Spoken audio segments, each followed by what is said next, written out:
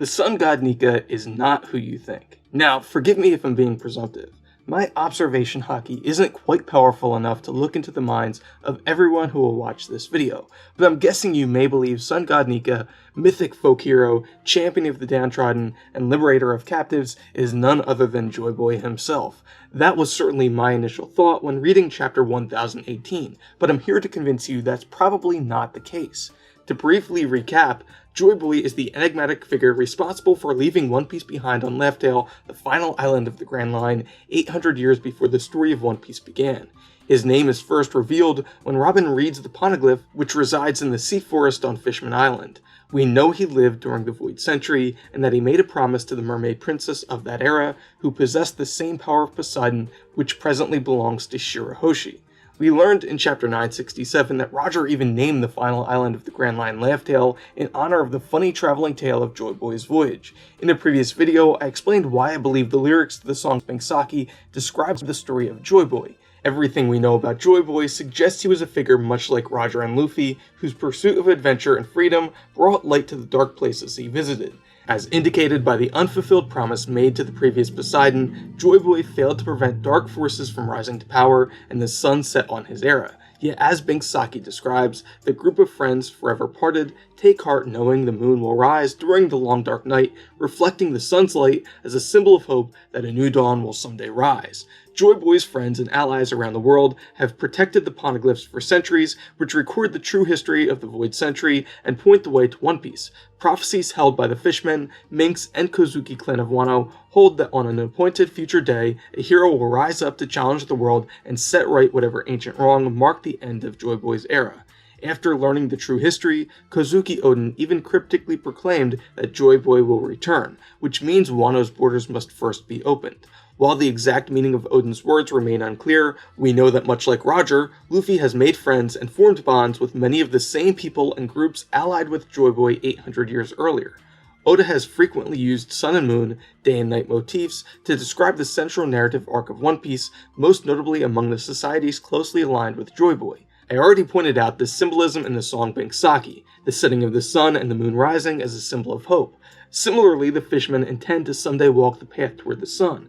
The Minks transform into Sulong beneath the light of the full moon, and as Pedro told Carrot, have a long-held prophecy of a coming new dawn.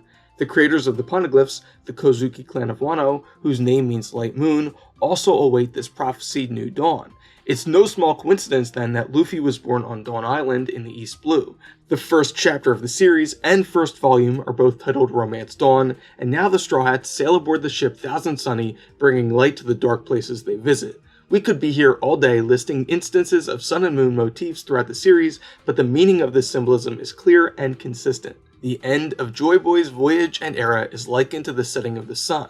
During the 800-year-long metaphorical night which followed, the moon guides adventurers across the sea, and its pale reflection of the sun's light serves as both a reminder and a promise that dawn is coming. So when we learned about the myth of Sun God Nika from Who's Who in chapter 1018, it's natural to assume this character and Joyboy could be one and the same. We know that prior to the rise of the world government, according to Whitebeard, there once existed a so-called land of gods atop the Red Wall. These celestial dragons, who seemingly supplanted the home of the Lunarians, have now deified themselves and consider those who carry the name D to be devils, or as Rocinante referred to them, the enemies of the gods. We also have Devil Fruit, the Adam Tree, and Eve Tree, all elements which allude to the primordial sin and lost paradise of Eden. The inverse relationship between perception and reality is a recurrent concept throughout the series. Within the story of One Piece, those who presume themselves to be gods are often the true devils, while the people referred to as monsters or demons by the world are typically those who stand in opposition to these dark forces. Robin and Zoro perfectly exemplify this idea, as both were falsely called demons. Who's Who said that in ancient times, people would pray to the Sun God Nika, a folk hero who traveled the world and liberated those in captivity. Who's Who, imprisoned for his failure to protect the Gomu Gomu fruit from Shanks, clung to these myths himself in desperation. Jinbei's anger at the manner in which Who's Who co-opted the story of Nika and compared his imprisonment to the centuries of enslavement and marginalization experienced by the Fishmen and Ryukyu Kingdom indicates his familiarity with this mythic hero. It's no small coincidence Fisher Tiger, once a slave of the Celestial Dragons in Marijois, chose the sun emblem for his crew. So we know that the world as it once was fell during the Void Century, and that the end of Joyboy's voyage is metaphorically represented as the setting of the sun in the song Bing Saki. Luffy and the Straw Hats represent the arrival of the new dawn. In the current era, this metaphorical night, truth became lies, and lies are accepted as truth. This is perhaps best exemplified through Doflamingo's speech at the Battle of Marineford. Doflamingo, though a pirate by name, is a celestial dragon by birth and embodies the ethos of the world nobles. He claims that the victors decide history, and of course the victors of history were the celestial dragons, the descendants of the 20 kings. Yet Joyboy and his allies, who recorded the poneglyphs and scattered them across the world, preserving the truth for future generations, defy this claim. In Deep Sleep, the world of dream, perception of reality is distorted. The gods of this era are devils, and the so-called devils, well, I won't go so far as to say they're gods, but nightmarish figures encountered in the realm of dream often dissolve into harmless, even benevolent figures in the light of day. So what all of this suggests is that the symbolism fits pretty perfectly for Joyboy and Sun God Nika to in truth be one and the same. Sunset, the fall of the sun god, marks the end of Joyboy's era.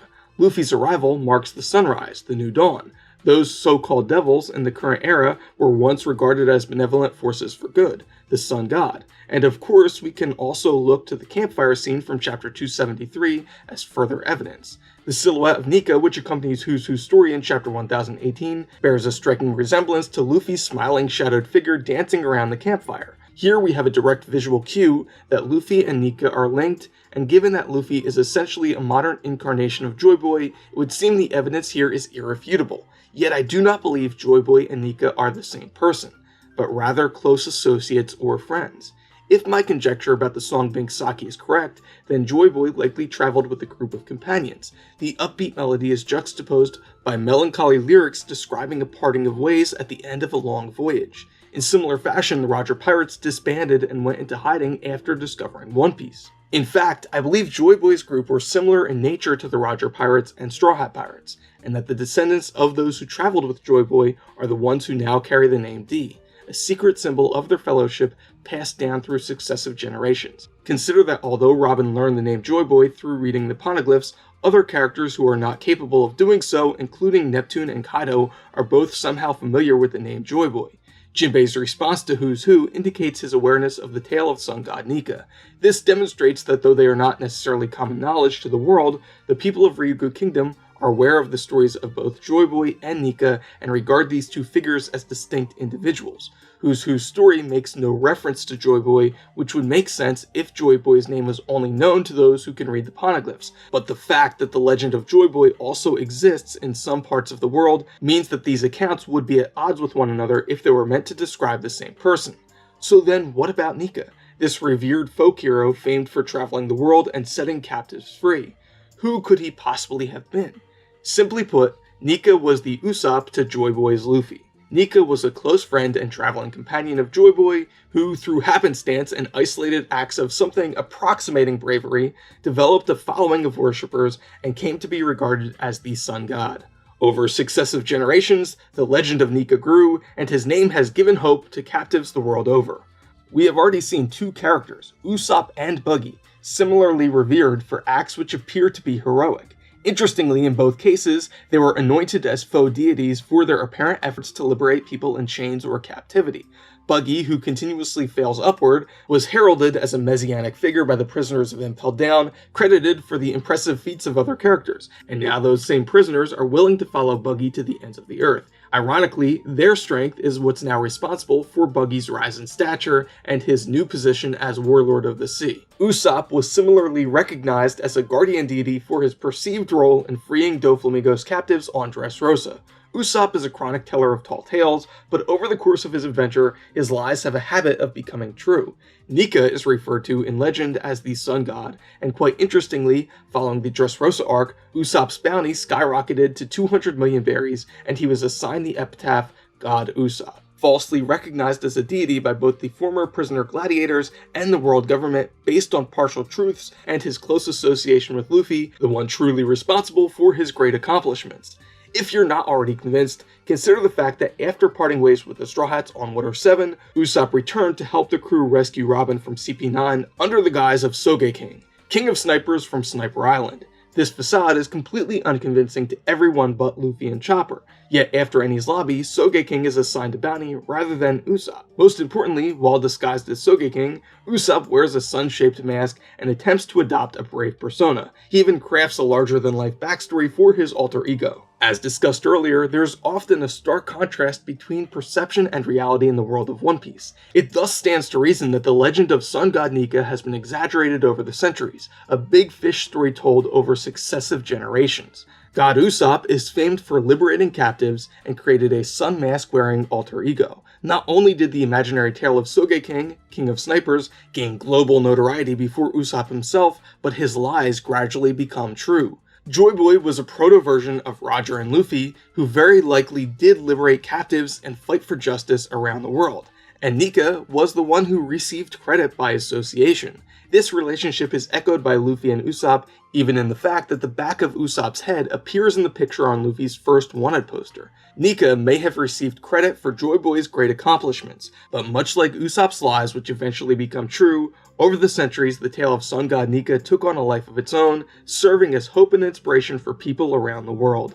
Thank you for watching this video. If you liked it, please leave a like. If you want to be notified when future videos are posted, please consider subscribing and hit the bell icon. It really helps this channel grow, and I really appreciate the support. But most important, make sure you let me know your thoughts down in the comments. Are Nika and Joyboy one and the same, or was the legend of Nika exaggerated over successive generations? I'm sure, much like Sniper Island, the answer exists somewhere in your heart.